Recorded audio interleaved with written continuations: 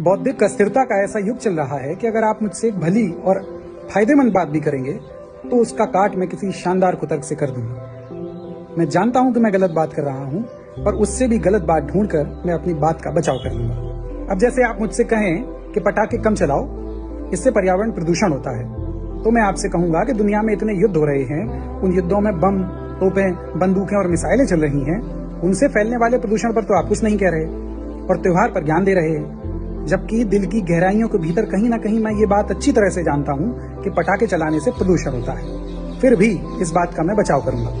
बचाव मैं क्यों करूंगा मैं नहीं जानता।